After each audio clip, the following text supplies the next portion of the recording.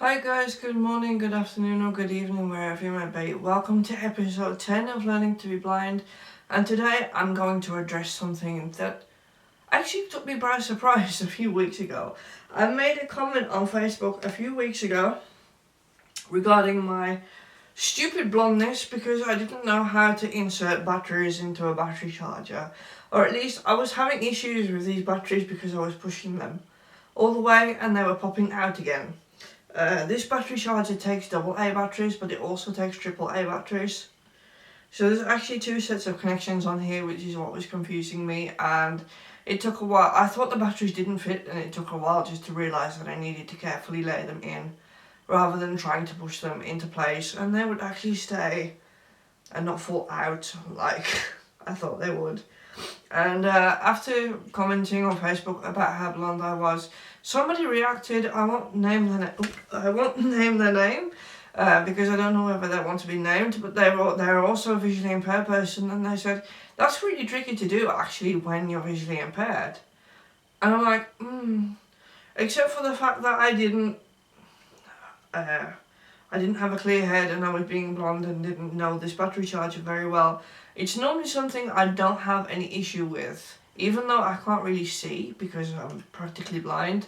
I've always had battery powered toys ever since I've been little, whether it's been like children's toys or whether it's been big kids toys. I've always had battery powered stuff ever since I've been like 4 or 5 years old. So since the age of 4 or 5, my mum taught me how to put batteries in these things so that she didn't have to keep doing it herself all the time. And she taught me by touch, which was a really good thing to do. And I will explain, when I brought you in a little bit closer, how to insert different types of batteries into different objects when you can't really see. I'm going to bring you in closer first. Okay, so I'm being really creative at the moment, using the top of one of our laundry baskets as a starting point for the camera, so that I know that the camera's picking up what you guys need to see. We're going to start with the battery charger, which I had so many issues with to begin with. And what you always need to remember is that any type of battery, whether it's a AA battery, depends what type of batteries then, whether it's a AA battery or a AAA or whatever, always has like a raised bit on the one end, and the other end is completely flat. So you can always feel the difference between the two ends of the batteries. And I don't remember which end is plus and which is minus anymore, but one end is supposed to represent plus and the other end is supposed to represent minus. But I can't see whether it says plus or minus anyway, so I don't think about that.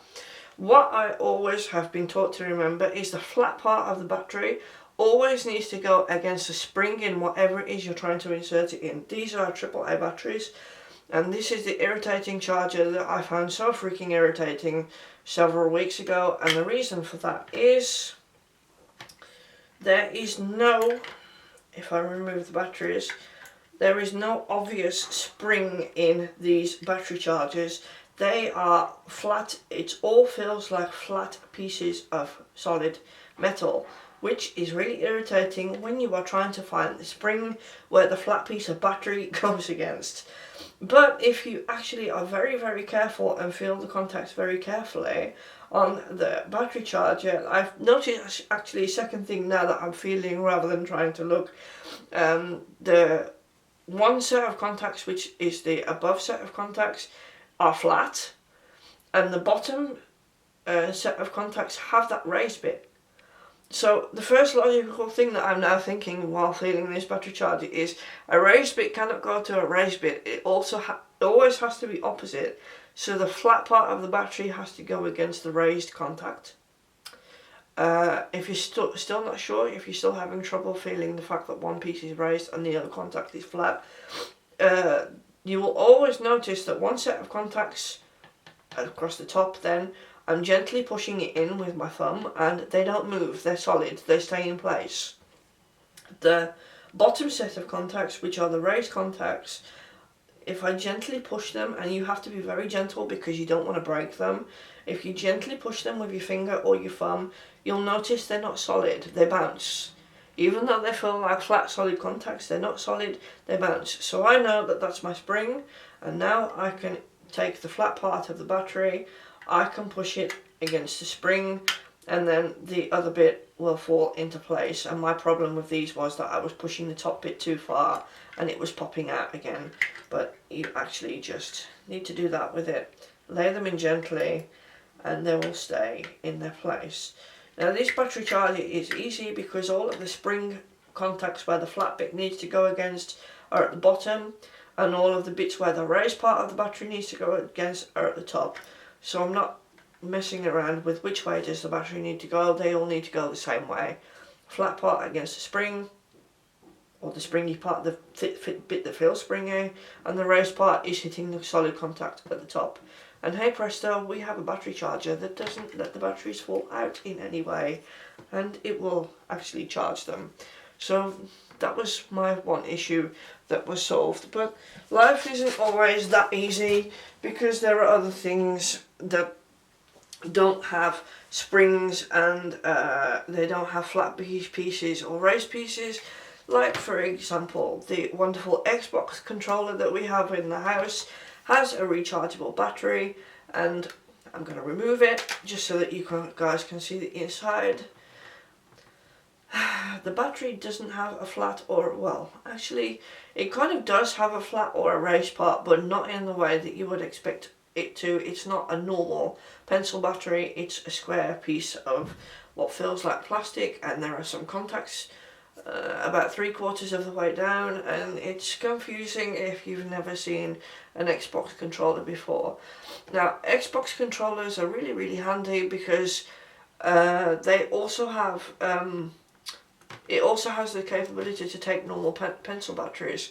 So I'm feeling the contacts right now and I'm thinking, hey, 2 springy pieces, and on the top of the controller, on the inside where the battery is supposed to sit, there are no evident contacts. I don't feel anything, it just feels like a piece of plastic.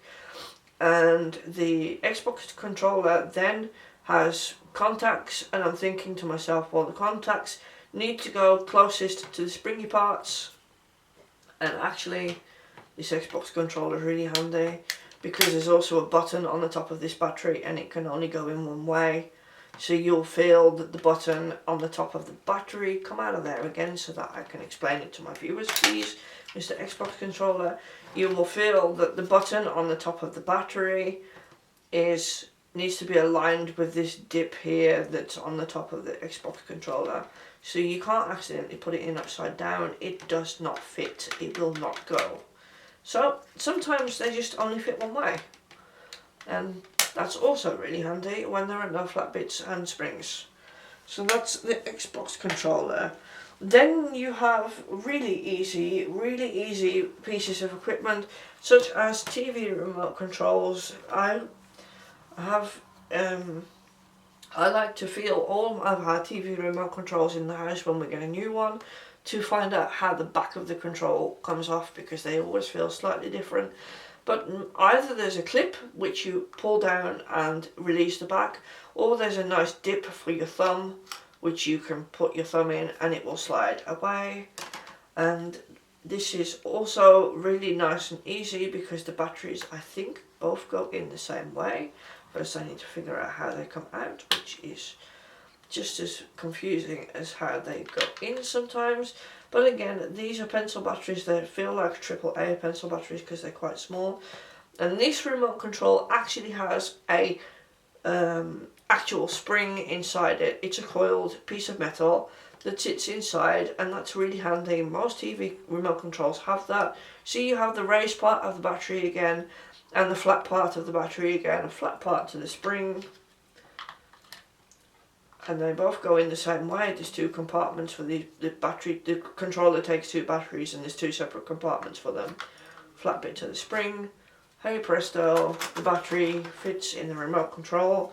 And then your only challenge left is the challenge of putting the back on the remote control when you can't see what the heck you're doing. This one's nice and easy, it falls into place, and we have a working remote control. And from easy to confusing again, I don't have anything where I can insert this battery into. It's one of those irritating, I don't know what the correct name for this is. My parents always used to call them clip batteries. So I'm going to call it a clip battery. It's a square battery, or it's actually a bit oblong. It's more like a rectangle shape. And it's got 2 metal contacts at the top, and at the bottom there are no contacts. It feels like a piece of plastic at the bottom. It's really one of the most irritating things in the world that I find to install. You mostly find them, the most common thing where you find these batteries is in battery powered smoke alarms, and there is a little piece of, when you open the compartment of the smoke alarm, there is a little piece of cable inside with a rubber clip on it, and you have to attach the clip to these stupid contacts on the top of the battery, and it always needs to go the opposite way, I believe, or I don't remember actually. It can only go one way. The contacts on these, there's a small round one and there's a larger one that has sides. How many? 1, 2, 3, oh, I can't count, they're so small.